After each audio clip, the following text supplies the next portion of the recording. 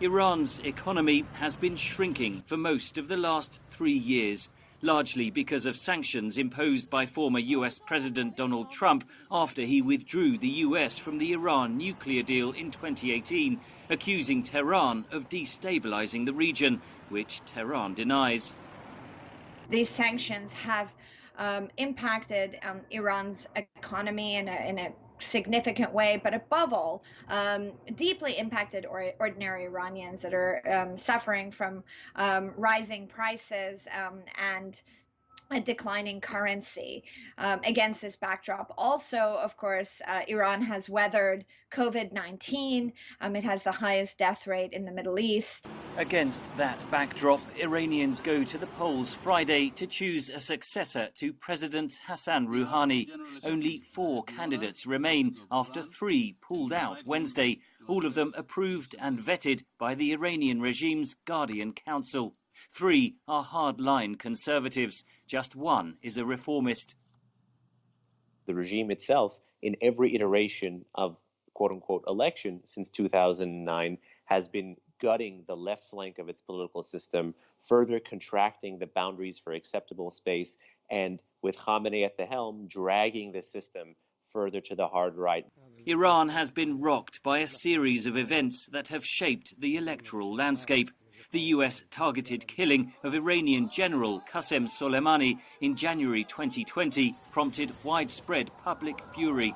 Days later, Iranian forces accidentally shot down a Ukrainian airline passenger jet, triggering anti-government protests.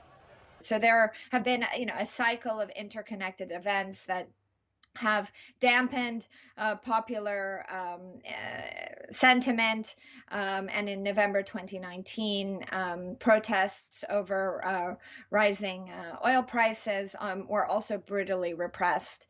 So ordinary Iranians are not particularly inclined to vote. The favourite to win is 60-year-old Ibrahim Raisi, the head of Iran's judiciary. His past involvement in human rights abuses would make him a problematic president for the West, say analysts. He's unfortunately most famous for his despicable oversight of what is called a so-called death commission in the late 1980s that carried out the murder edict from Ayatollah Khomeini that killed upwards of 5,000 political prisoners in Tehran.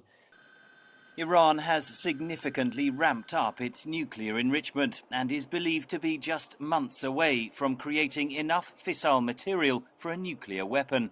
The Biden administration is considering rejoining the 2015 nuclear deal, but only if Iran halts enrichment. Iran says the US must first suspend sanctions. Talks in Vienna are ongoing. The lifting of sanctions would be a huge boon that could have a trickle-down effect that would be hugely meaningful for ordinary people. That said, I think Iranians today are less invested in the Iran nuclear agreement and less trustful of the United States or European countries. All Iran's presidential candidates support negotiations to revive the nuclear deal. There is expectation that with the election completed, perhaps there will be more confidence on the Iranian side in Vienna to get the deal done. With Supreme Leader Ali Khamenei in his 80s, the handover of power to his successor is expected in the coming years, adding further complexity to the challenges facing Iran's next president. Henry Ridgwell for VOA News, London.